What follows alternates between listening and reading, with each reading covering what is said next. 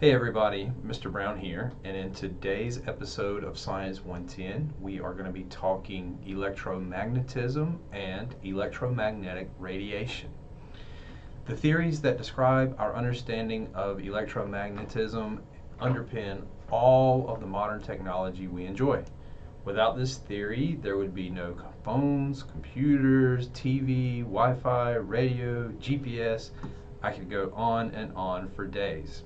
If you have ever wondered how we engineer these sometimes seemingly magical technologies, please follow along with me through the rest of the lesson. We're going to take a look at the history of humans' understanding of electromagnetism and electromagnetic radiation and talk about how we use it in today's modern world. Humans have long been interested in the effects of electromagnetism, even if they weren't aware of it. We're going to start our little lesson here by going over a real brief history of how humans figured out what electromagnetism is and how we got to a point where we can make it useful for ourselves. So, as I mentioned, certainly the earliest of humans had an interest in electromagnetism. They probably looked up during stormy weather and saw bright flashes of light that made a lot of noise, and probably figured out one way or another that these were dangerous occurrences with a lot of power behind them. So we've at least witnessed the effects of lightning since the earliest of humans walked the earth. A little bit more recent than that, the ancient Greeks figured out that if you took some materials, in particular they studied amber, and rubbed it with fur or cloth or something like that, these materials would then have some kind of property that allowed them to pick up light objects such as straw or paper, and we see a picture of that here on the slide. And unbeknownst to them, that is due to static buildup of electricity on those surfaces as you rub those two differing materials together. But they thought it was a neat interaction and something they sought to understand, but never really made any more breakthroughs other than that.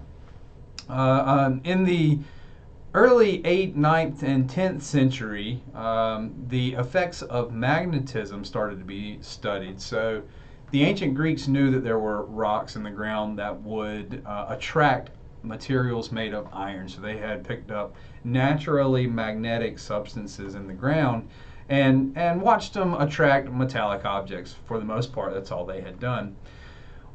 Somebody in ancient China figured out that if you took some of this material and got it to balance really nicely on a sharp point, on a really fine balance with a little friction, that these magnetic materials would always point in the same direction. Of course, we know today that magnetic materials that don't have a lot of friction line up with Earth's magnetic field and point towards the North Pole. The early explorers that used this technology, used early compasses, didn't know the function behind the compasses, but they did know that they all always pointed the same way. They had no idea what magnetism was or electricity was, or even that they were related. But they did know how to make use of this phenomena for navigation and exploration purposes. Even beyond that, there is plenty of record of the ancient Egyptians speaking of the eels in the Nile River. So there are some biological sources of electricity and sources of curiosity in electricity. They were thought to be the guardians of the other organisms in the river to the ancient Egyptian peoples. So, as I said, this is just to show that while we may not have known what electromagnetism is, what electricity is, what magnetism is for except for the last couple of hundred years, humans have interacted with and been curious about electromagnetism and its effects since pretty much the dawn of human civilization. So, as I said, for probably the first 10,000 years of human civilization, we interacted with electromagnetism, but we did not have any way to control it. We didn't really have a good way to study it. For most of the Middle Ages, some people that had practiced the static electricity effects a lot sometimes would go throughout the countryside doing these electrical curiosity parlor tricks. So, you know, Friday night entertainment might be going down to the local tavern to watch the magician rub his socks on some wool and touch you in the door handle and stuff like that. Aren't you glad you were born today? But however, this all really started to change when a gentleman by the name of Otto von Guericke in the year 1664 developed what many think to be the first version of a Van de Graaff generator. So a Van de Graaff generator is something you've probably seen in a science class somewhere. You can see the picture here on the slide. It's a metal ball, and inside the column holding the metal ball up, there's a wheel attached to a motor, and on those two wheels are a band of cloth, and it rubs a brush attached to the metal sphere. And so this is basically just a mechanical way of generating a constant static electricity in the metal ball. Of course, if you go and touch the metal ball, the change in voltage will cause your hair to stand up. And if you're not careful, you can get a pretty big static shock from one of the instruments as well. So at this point, people started to realize, hey, this is something we can generate on our own, and people started to really take notice and say, all right, well, let's improve this and get more static electricity out of it, and let's see what that static electricity can do. For the next 100 years after Guericke did his work discovering the static electricity generator, people really just spent time improving his design and coming up with better generators that gave more powerful sparks and were able to generate large voltages of current. The next real leap in electricity technological innovation came with the invention of the Leyden jar by Peter van Musschenbroek in 1745. So about 90 years after Guericke invented the static electricity generator, Musschenbroek introduces these Leyden jars. And what these Leyden jars do is they are able to store the sparks from Guericke's static electricity generator. So the jar that you see there in the picture, it's basically the first version of what we call a capacitor today. You could take the jar with the metal loop with the ball coming out of the top, and you could hold that ball close to the bell on the Van de Graaff generator, and a spark would jump across, and that electrical current would be contained in the jar that you see there. You could take that jar over across the room and discharge that spark into something else. Like I said, this is the earliest version of what we call a capacitor today. If you've ever been told, or you may have heard before, you should not work on electronics specifically that have capacitors, even if they're unplugged and you don't know what you're doing, because capacitors, that's what they store an electrical discharge, and if you touch it with something metal that is grounded and there's energy stored in those capacitors, you can be shocked pretty badly, even if the instrument or the machine is not currently plugged in. So that was the next big innovation in, like I said, electrical technology, and it caused even more kind of study of what we could do with this electricity going forward. Perhaps the biggest breakthrough in the understanding of electricity comes from one of the weirdest instances of serendipity that might be found in all of science. We first produced current around the year 1790, or the decade 1790 to 1800, and it came about because a scientist by the name of Louis Galvani, an Italian physician or natural scientist, he was really interested in the study of nature and animals and things like that. He was doing some work on some frogs, and he had dissected some frog legs, and he noticed that when he took a metal scapula and touched a frog leg that was on a metal pan, it would jump. It would kind of wiggle and move back and forth. And he thought this was due to the an animal electricity that was present in all living organisms. Alessandro Volta, in sort of a rivalry position to Luis Galvani, said that it wasn't the animal that was giving the electricity, but rather it was the two different metals with contact between the salty solution that was preserving the frog legs. And to test his theory, he built what's known as now known as a voltaic pile. That's a picture of Mr. Volta there. And so what he did is he took some two dissimilar metals. So he took zinc and copper, and he placed them in alternating stacks, plates of zinc and copper. And in between them, he put rags soaked in vinegar and salt.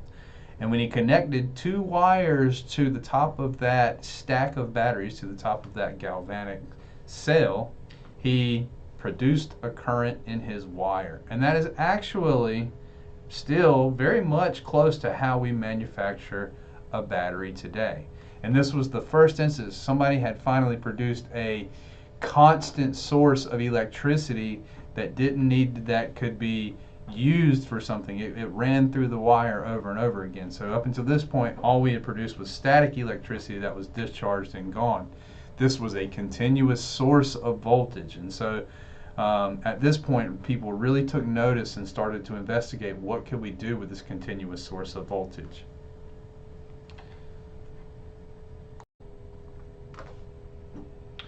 Our next big breakthrough comes about 20 short years later, after Volta discovers how to create current. Hans Christian Ørsted is investigating the properties of this current. He's seeing what he can do with it. He's making better batteries, and he's doing experiments and seeing what this electricity will do. By another stroke of luck, he notices one day that if he creates a current in a wire and has a compass next to the wire, when the wire gets current applied to it, the compass moves. The compass is affected by the current in the wire. This is actually the first instance that a scientist or somebody recognized that electricity and magnetism are intimately related. They are separate pieces of an overall phenomenon that we call electromagnetism. Figuring out that electricity affected magnetic objects allows us to start developing all of the especially transportation technology that we see today, and we'll take a look at that on the upcoming slide.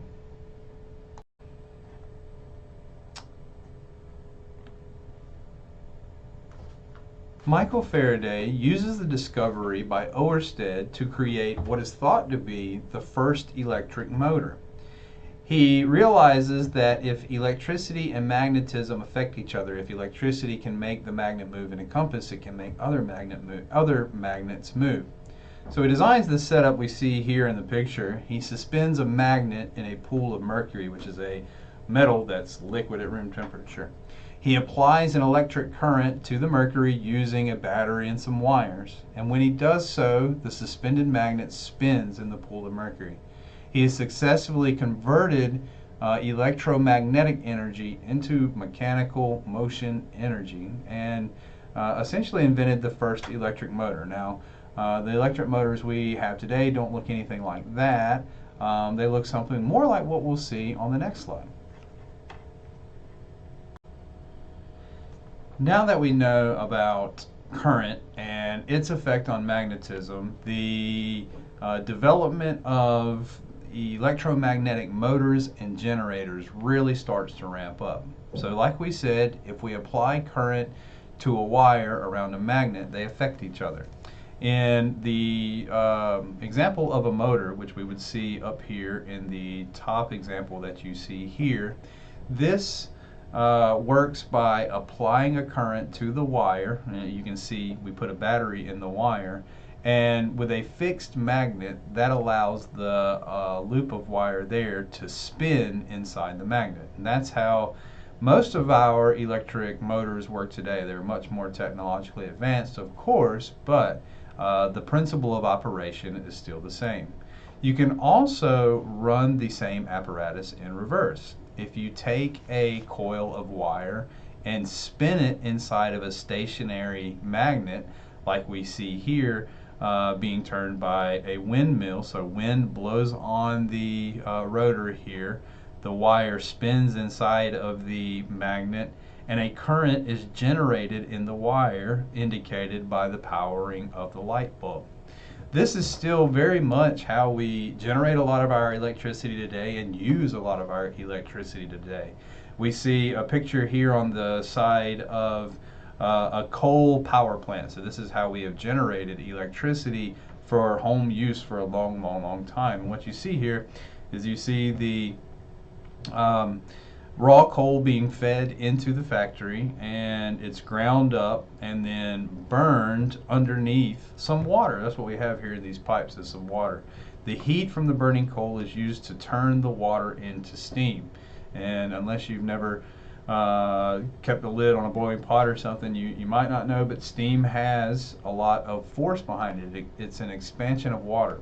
And that expansion is used to turn turbines, and those turbines contain wires surrounded by magnets, which produces electrical current, which can be sent down the power lines to your house. And pretty much all of our electrical generation works on the same principles. Hydroelectric dams use a difference in gravity from water to turn wheels that hold wires surrounded by magnets, and electric currents are produced in those wires that are carried off by power lines to your house. Nuclear reactors use nuclear reactions to heat water to turn turbines that contain wires inside magnets to send electricity to your house, where you may plug in your electric vehicle, and when you do so, it charges a battery, and that battery is then used to reconvert that electrical motion back into mechanical motion to take you to go somewhere. So these principles were all really discovered right around this kind of right around the year 1800 or so, and that's when our understanding really kind of brought us forward into all these great uses of electrical energy, as we might consider in the modern era.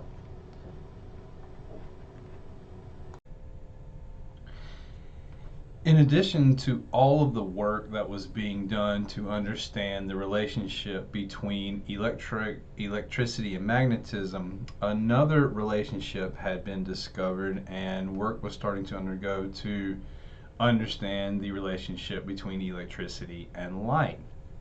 Alessandro Volta, when he created his voltaic pile, what we now know as a battery, one of the observations that he made was that when he sent enough of the electricity through the wire, so if he made the battery particularly powerful, or in some cases made the wire small enough that if enough electricity were to travel through the wire, it would start to get hot enough that it would glow.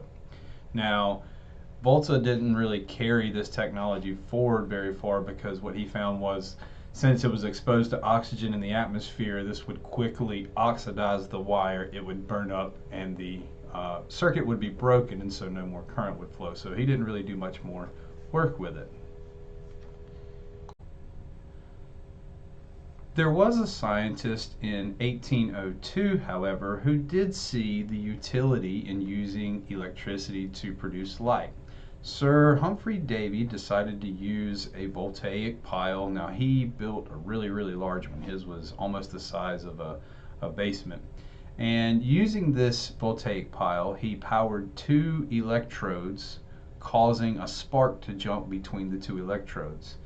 The spark gave quick but very intense light, and Sir Humphrey Davy worked a while trying to improve his design and produce a usable light.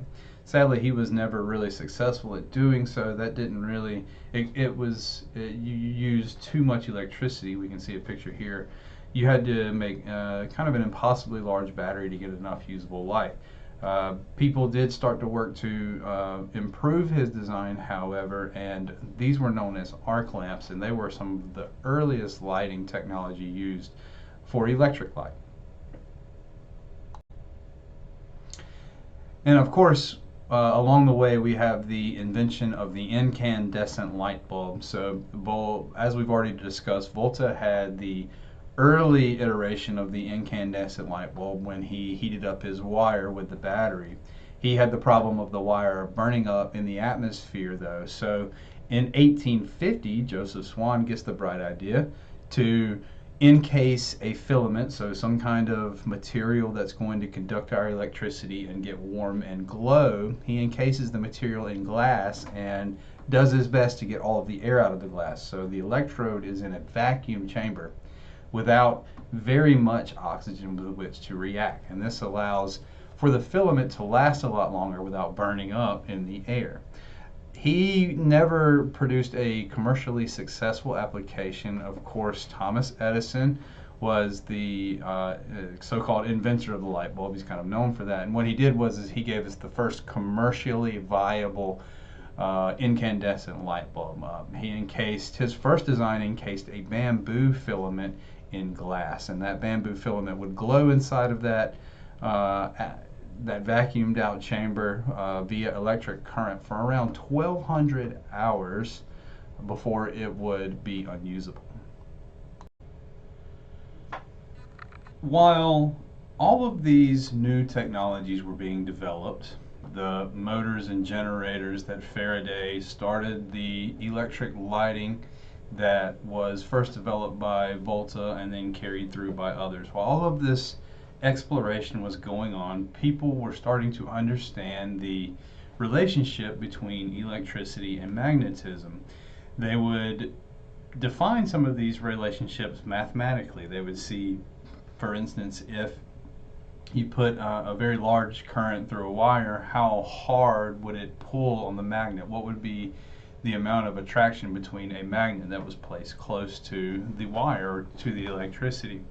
And these relationships were explored mathematically throughout all of this time. A certain individual, James Clerk Maxwell, is considered the person who unifies all of these theories into what we know as electromagnetism. He takes all of the different relationships that the scientists who had done exploration on motors and lights and things and unites them all together and says that electricity and magnetism are part of this set of forces in physics, and they share electric and magnetic fields with each other, and these forces can interact with each other via these fields. And so when you place electric and magnetic charges and poles near each other, they can feel the effects throughout these fields. He wrote down four equations that you see somewhat displayed on the chalkboard there that describe all of the relationships of electricity and magnetism. He is considered to have written down the theory of electromagnetism. And for us, what we want to focus on is how these fields interact with each other. One of the consequences of describing the fields around magnets and electric charges is that these fields can wave back and forth. And the waves in these fields is how the electric fields and magnetic fields interact with one another. So the way Maxwell explained it is that electricity or charge comes from tiny little charged particles. We now know them to be protons and electrons. He says that when one of these charged particles is shaken, when it vibrates back and forth, it causes its electric field to vibrate as well.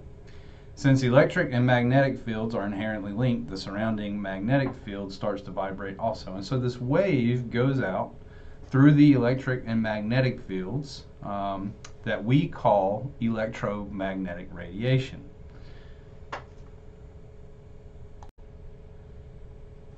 The neat thing about electromagnetic radiation is that other charged particles can feel it and react to that wave as it comes into contact with their electric and magnetic field. Here we have an example or a picture of how a radio works. This is the basis for radio technology. We see the transmitter in blue there on the left, and the transmitter is attached to an antenna. And the antenna is a material made of charged particles. It has electrons or protons that can move back and forth.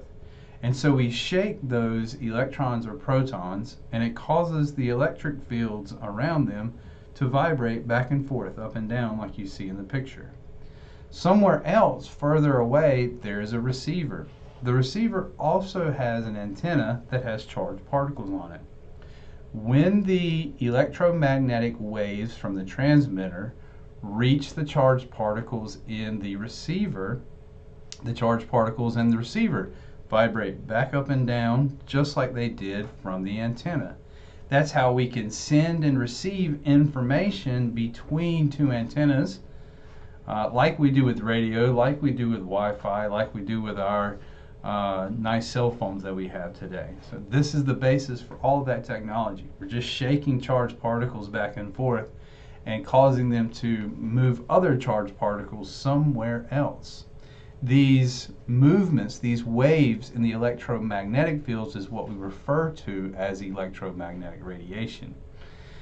We now know that light is part of this electromagnetic radiation. We can't see most of these vibrations, but there's a tiny piece of this spectrum of radiation that our eyes react to, and that's what we call visible light. And so electromagnetic radiation is the waves that are able to travel through empty space because of vibrating electric or magnetic fields. They do not need a mechanical medium. Their medium is the electric and magnetic fields that are present in the universe. They can travel through empty space, luckily for us, because visible light is one of these types of electromagnetic radiation, meaning our main energy source can send us our energy via electromagnetic radiation. Of course, I'm talking about the sun that you see here behind me. All electromagnetic radiation, even the ones we can't see, travel at the speed of light. It travels at a speed that we've already talked about a little bit in class of 3 followed by 8 zeros meters per second. And so the sun being about 97 million miles away, it takes electromagnetic radiation in the form of mainly light about 9 minutes to get here from the sun. So for the rest of the lesson here, we're going to talk about what these waves do, how humans have adapted to use these different types of electromagnetic radiation. Above me you see what we call the electromagnetic spectrum. So we like to show how we use each of the different types of ray or electromagnetic radiation, what their kind of purposes are. You'll notice that it's set up in an order of longest wavelength to highest wavelength. So shortest wavelength. So the wavelength describes the distance between each of the waves here that you see in the spectrum. The types of electromagnetic radiation that have long waves are kind of low in energy. So those are they're kind of slower oscillating waves. Remember, they all travel through space at the same speed, but this one doesn't vibrate back and forth as much. And we can see that we use that kind of electromagnetic radiation to communicate with radios. It's also kind of how we use our microwaves. I'll talk about more about that in a minute. The higher wavelength radiation vibrates or the shorter wavelength radiation, higher frequency radiation, vibrates really quickly, and that's where we really have some high energy interactions, and that's the electromagnetic radiation that can be dangerous to us, and we'll say more about that as we move through the next couple of slides as well. So again, here is a picture of the full electromagnetic spectrum, and it gives us some somewhat visual cues as to the size of the wavelengths of each type of electromagnetic radiation, and allows us to kind of visualize how big these wavelengths would be if we could actually see them. So the radio waves, which we will talk about first, have wavelengths that are about the size of tall buildings. And like I said, these are the type of electromagnetic radiation that we use to transfer information from an antenna to another antenna somewhere else and allow us to transfer both audio and sometimes even visual, in the case of TV waves, information via electromagnetic radiation.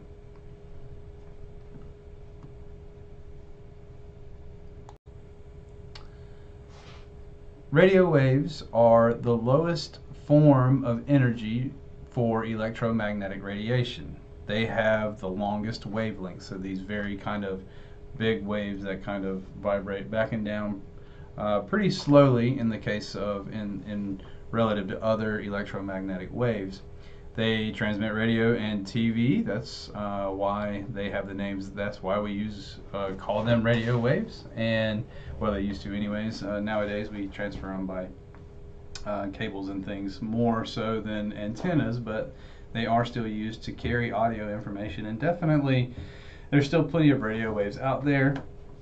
If you turn on an AM or an FM radio, you will certainly pick up some sort of radio signal, radio wave out there in the universe. They're also used they're used in radar systems for both commercial and military applications.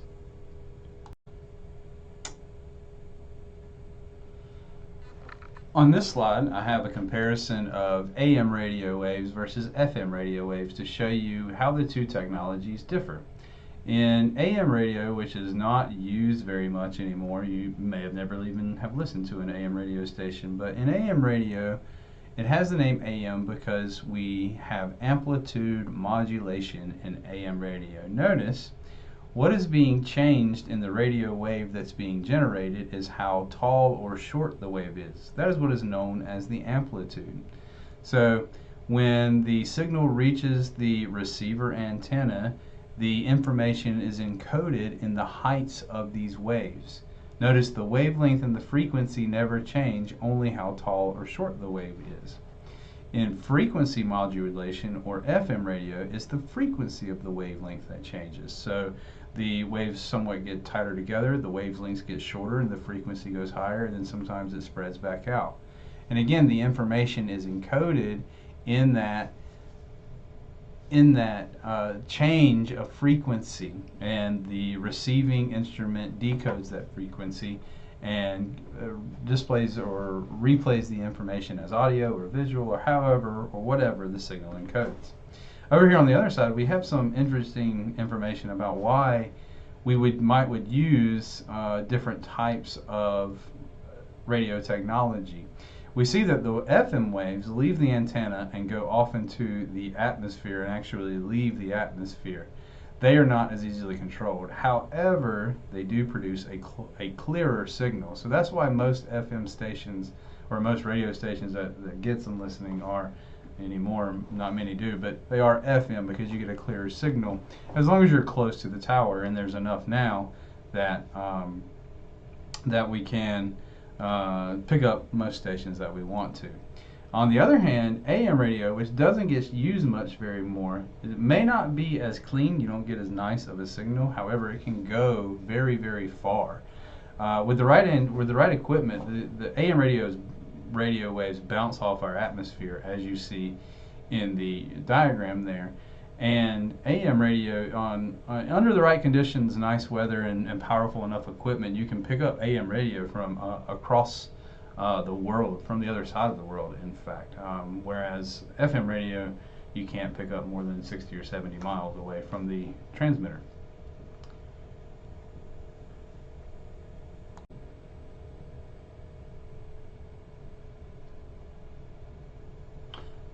What are the microwaves? So have you ever heard of a microwave? You probably have, and this is not a trick question. In the electromagnetic spectrum, waves that have wavelengths that are about a micrometer are known as microwaves. And microwaves have a really, really interesting characteristic. They are in tune with water molecules. So water molecules, when they are in the presence of a microwave, they will vibrate and shake back and forth like you see in the diagram there. This causes them to get really, really warm. This is how your microwave heats your food. It sends electromagnetic radiation that causes water molecules to shake. Water molecules have a little bit of electric charge, so that's why they interact with this electromagnetic field. They're relatively low frequency. Microwaves actually do not have enough energy to break chemical bonds, which means they can't alter your DNA. If anybody's ever told you not to stand in front of the microwave because it can give you cancer, well, that's just simply not true.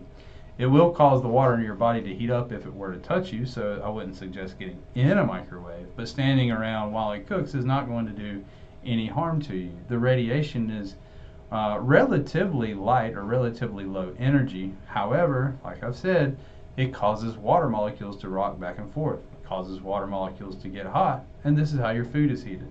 It's also why your food gets so dry in the microwave.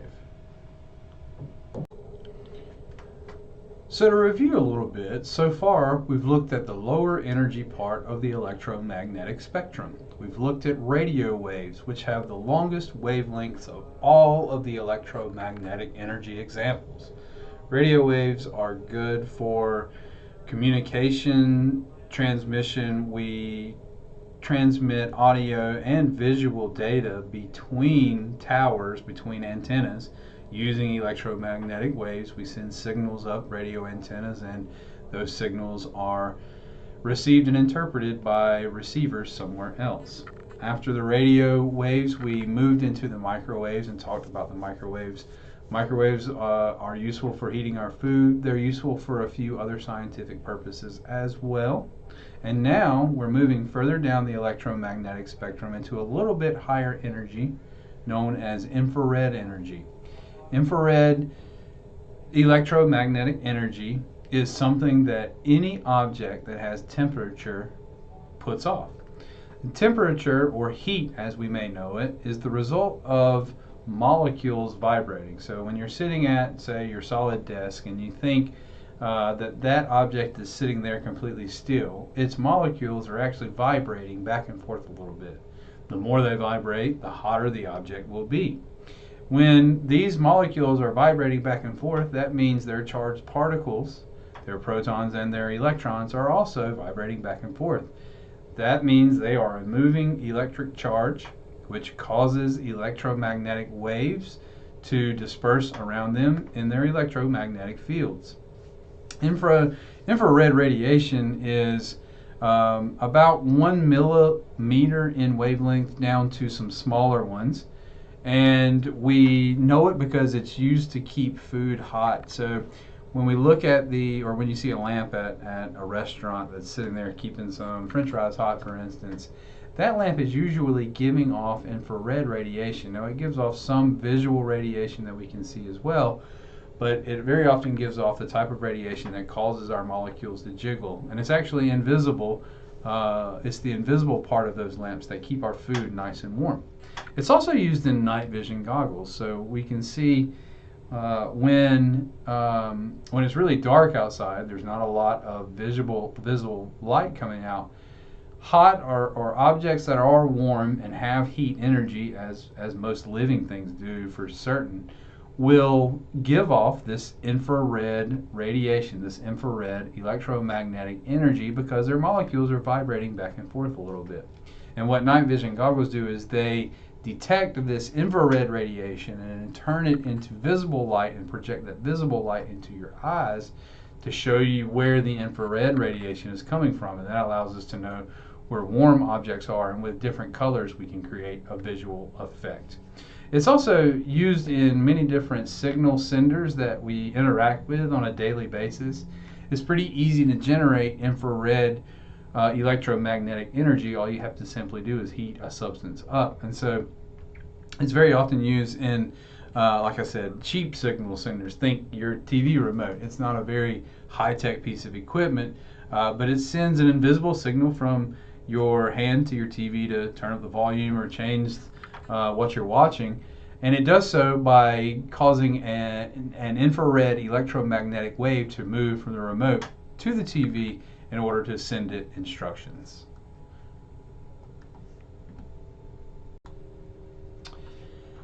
After we visit the infrared part of the electromagnetic spectrum, we're going to move on down to perhaps the most familiar part of the electromagnetic spectrum.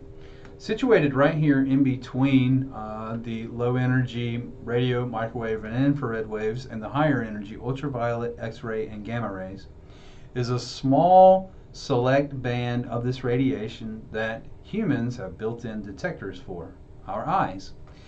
Some of these vibrations in the electric and magnetic fields around us interact with the cells in our eyes, which our brain interprets as visible light.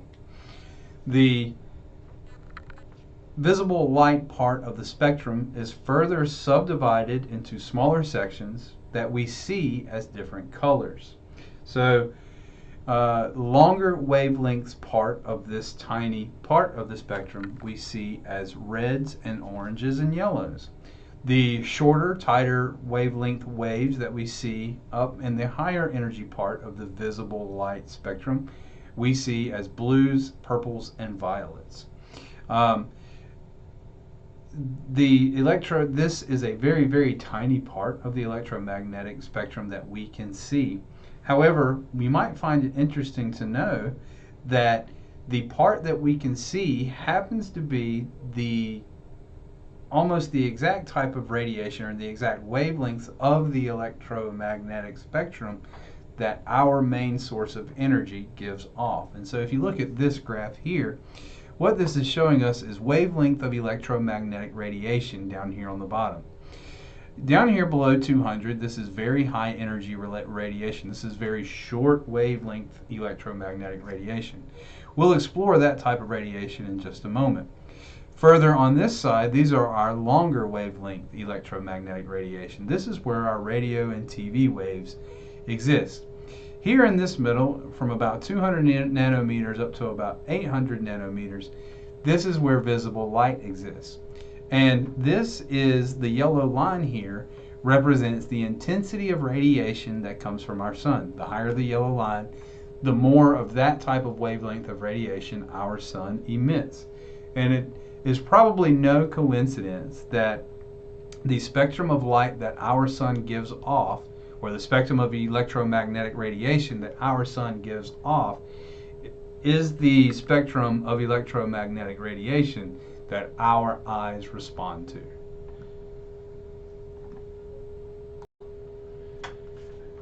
As we move through to the higher energy portion of the electromagnetic spectrum after our visible light portion of the electromagnetic spectrum, the next electromagnetic energy we reach is the ultraviolet. Unfortunately, our sun doesn't just emit the visible part of the electromagnetic energy spectrum. It also emits some amounts of the ultraviolet part of the electromagnetic spectrum as well. Luckily for us, regular visible light, those rays don't have quite enough energy to break chemical bonds. It's when we move into the ultraviolet part of the spectrum that the rays become intense enough that they can start to break apart chemical bonds. And what that means is it can break the chemical bonds that makes up our DNA. This is why ultraviolet light from the sun can be dangerous, because it can break down your DNA, and when that DNA reforms, it often does so with mutations, and those mutations can lead to cancers. Since your skin is the first defense against this ultraviolet radiation, it is the most susceptible to this damage, and that's why we have to wear sunscreen when we go outside. Interestingly enough, the most powerful rays from the sun, which are referred to as UVC rays, are not the biggest culprit of skin damage, because they are blocked out. The most intense ultraviolet rays from the sun are actually blocked by our atmosphere. It's the lower energy, closer to visible light, UVA and UVB rays, that cause the most damage, because they can penetrate the atmosphere, reach our skin, start breaking down our DNA, and causing problems later in life. So make sure you're protecting yourself from this electromagnetic radiation when you're spending lots of times out in the sun. As we move further down the electromagnetic spectrum from the ultraviolet into the highest energy, shortest wavelength part of the electromagnetic spectrum, we see that we locate here the X-rays and the gamma rays of the spectrum.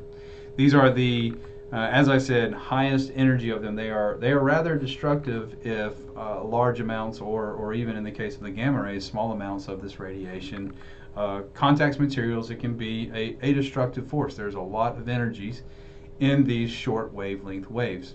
They can be useful as well. You probably know what an X-ray is. X-rays are used to image the bones inside of our body, and the way they do that is these X-rays are strong enough to penetrate through your soft tissue but not your bones, and so they put a screen behind a person and they shoot X-rays through them, and the bones and hard tissues cast shadows where these X-rays can't pass through. They are, like I said, high energy and can be destructive, however, so it's important that people don't get too many X-rays within a given amount of time.